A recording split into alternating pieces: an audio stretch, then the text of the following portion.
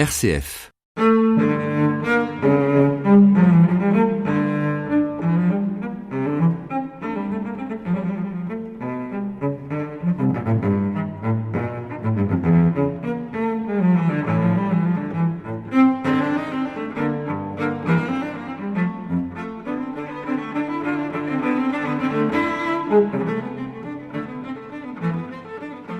Avec Patrick Chouta à la technique. Bonjour et bienvenue dans 3DS à la clé. J'espère que vous allez bien. C'est parti pour 1 heure de musique classique. C'est un roman qui va nous accompagner tout au long de cette émission et qui plus est, un roman liégeois. Vincent Bremse, son auteur, est né à Hermal-sous-Argenteau. Il est enseignant en Allemagne et il vient de publier son premier roman intitulé Sandrine Gatti et sous-titré Mœurs de Belgique aux éditions Mélonia. Vincent Bremse est un passionné de musique, de toutes les musiques. Il était présent dans nos studios il y a quelques jours pour enregistrer une autre émission que j'anime et produis intitulée Joueurs de blues et qui sera diffusée le 5 février à 14h et puis après elle sera disponible bien sûr en podcast. Vincent Bremse est également amateur de musique classique et pour 3DS à la clé, il nous fait cadeau d'un exemplaire de son roman qu'il dédicacera au gagnant d'un concours dont je vous parlerai dans quelques instants. Si on veut résumer le roman, on peut dire que Sandrine Gatti est coiffeuse. On fait sa connaissance la veille de l'enterrement de son mari, Fabio Costa, qui a été assassiné. Très vite, on sent un malaise, on accompagne Sandrine aux funérailles de Fabio, on la suit quelques jours après, et puis on remonte le temps entre Liège et sa banlieue, d'Herstal à Visé, on parcourt la Basse-Meuse et ses villages dont les noms ont été quelque peu modifiés. Sandrine Gatti n'est pas un polar, encore que, mais il tient à la fois des frères Dardenne et de Georges Simenon, avec un style bien particulier. Pour vous mettre l'eau à la bouche et vous mettre dans l'ambiance de l'écriture du roman, je vous propose d'écouter Vincent Bremse lire lui-même un extrait de son roman où il est question d'un concert de musique classique. Écoutez plutôt. Sans prélude, à l'unisson, les premiers coups d'archet, un trait long puis une saccade, un silence, le même trait, la même saccade, un silence encore. Ces attaques répétées, violentes comme un aigle en plongée sur sa proie, saisirent Sandrine de pied en cap. Elle tressaillit. Elle tendit la nuque pour mieux voir. Léa rejetait un geste brusque sa longue chevelure par-dessus son épaule. La même phrase, si grave, se répéta dans les aigus plus gentils. Les violons étaient des colombes qui s'essayaient au vol du rapace, planant le même mouvement. Une plainte se répéta. Les motifs s'en mêlaient. Sandrine vit Thérèse dire un mot à l'oreille de son mari, puis sourire satisfaite. La lumière des fenêtres se tamisa de nuages. La musique s'interrompit. Sandrine aurait applaudi si sa voisine, une dame fort enveloppée, ne lui avait pas fait remarquer d'un tout sautement que cela ne se faisait pas. La musique reprit, toute différente, plus calme, une mer d'huile. Puis une attaque de violon s'enclencha. Qu'avait ce crescendo à voir avec les oiseaux qu'elle avait imaginés? Sûrement rien. Elle se tourna vers l'entrée de la salle. Laszlo était debout, une flûte de vin à la main, le seul à être en jeans, le seul en t-shirt. Mais de tous ceux du fond, il était celui qui écoutait le mieux. Son regard, les traits de son visage, le pied qu'il balançait, tout son être se tendait vers le son. Écoutait. L'aimait-elle? Sandrine réalisa qu'elle n'écoutait plus. Les scènes que le quatuor avait évoquées avaient perdu leur sens, s'étaient évanouies. Seul persistait leur pessimisme morbide. Le violoncelle cruel et lancinant la ramenait à ses soucis, à l'étau qui de jour en jour lui broyait les entrailles. Le jeune, Élodie, Cem, Kurt, l'inspecteur du fisc, le comptable Verjus, ses prédateurs lui laissaient-ils le choix? Était-elle cette colombe que l'aigle allait éviscérer? Son père, quand elle était petite, affirmait que Gatti, cela voulait dire chat. Un chat fait face, sort ses griffes. En aurait-elle la force? À chaque envolée joyeuse, à chaque bouquet de notes, elle reprenait courage. Mais toujours, la ligne de basse, telle une lame de fond, la ramenait là d'où elle était partie. à son désespoir, à cette mer immense qui la submergeait, qui la noyait. Elle reprit son souffle, regarda derrière elle. Laszlo échangeait une parole avec un barbu, un gros endimanché, un commentaire caustique sur l'interprétation. Une plaisanterie graveleuse à son propos? Non. Laszlo avait simplement dit « bien », sur le ton équivoque qu'il adoptait souvent. Son collègue goûtait l'humour et avait répondu par un sourire en coin. Laszlo avait lâché ce mot dans l'émotion du mélomane, et pour ne pas faire dévot, y avait joint l'ambiguïté qui l'affectait tellement. Son voisin s'en amusait. Il savait les mesquines rivalités entre Sylvie et Laszlo, et, comme toute l'académie, il connaissait l'éclat de vendredi passé, cette guerre ouverte, cette tempête, cet orage, savait que, depuis, ils ne se parlaient plus. Cet homme lui aussi aimait voir Laszlo écouter la musique. À voir ses lèvres, on eût dit qu'il eût chanté. À voir ses jarrets, on eût dit qu'il eût dansé. Ses doigts vibraient, ses cils battaient la mesure. Laszlo connaissait ce quatuor jusqu'au bout des ongles. Ce chef-d'œuvre du romantisme l'accompagnait depuis toujours. Dans son enfance déjà, sa mère en chantait le lead, accompagnée au piano par son amant. Pour Laszlo, les images étaient claires, familières, avaient un sens précis. L'alternance des modes mineurs et majeurs créait un ganfa complexe qu'il ne devait plus analyser, plus tenter de comprendre. Les coups brutaux de l'ouverture, ce n'était pas un aigle, c'était la mort triomphante. Les airs joyeux, ce n'étaient pas des colombes effrayées, c'était la vie encore frétillante. Pourtant, au cours du quatuor, la mort se transformait. D'abord sinistre, elle devenait libératrice, tandis que la vie, elle, la maladie, la fièvre, la rendait peu à peu acharnée, cruelle et misérable. On en était au 4e mouvement.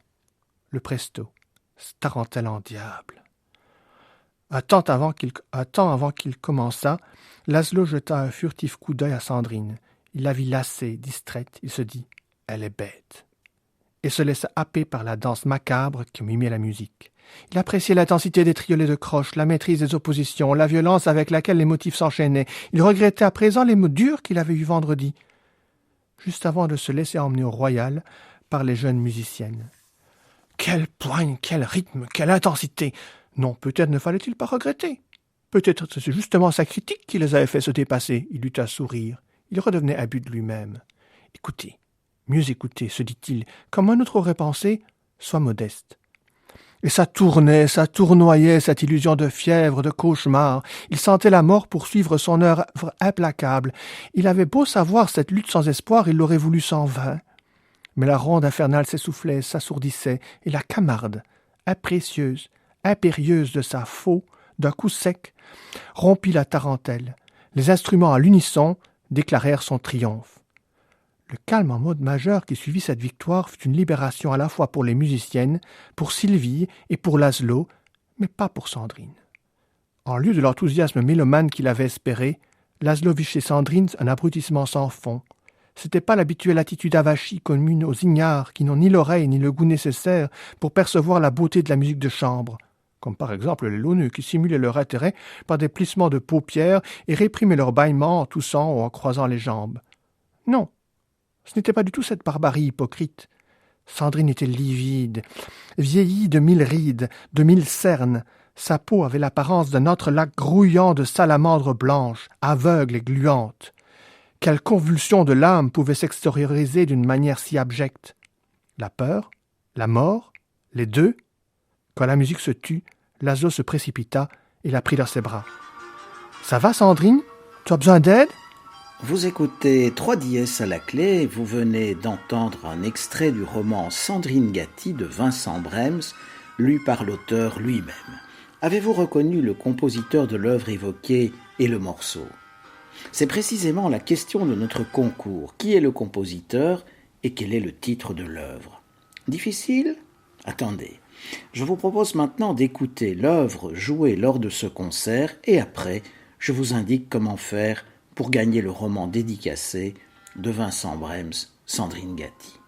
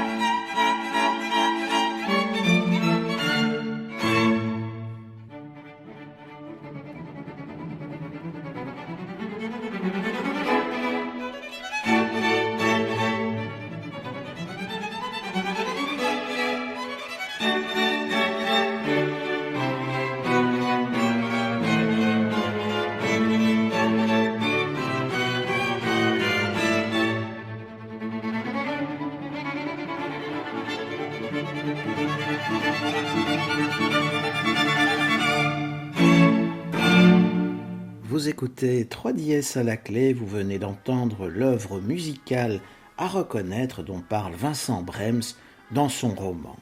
Si on a fait beaucoup d'hypothèses sur la sonate de Vinteuil évoquée par Marcel Proust, l'œuvre dont parle Vincent Bremst est bien réelle.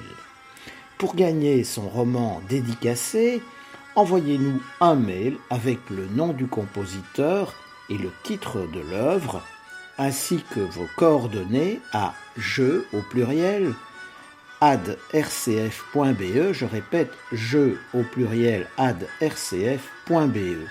La première ou le premier à nous donner la bonne réponse recevra le roman dédicacé de Vincent Bremst, Sandrine Gatti. Pour celles et ceux qui n'ont pas reconnu l'œuvre musicale ou qui n'auront pas gagné, le roman de Vincent Bremst est disponible sur son site Vincent Bremst Sandrine Gatti.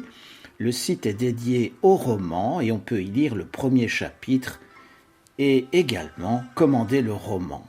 Mais celui-ci est également disponible dans diverses librairies, à Liège chez Siloé, chez Pax, chez Livre au Trésor, à Visé chez Wagelmans, L'Oiseau Livre et chez Rive Gauche, également à Accourt, à la librairie Caps.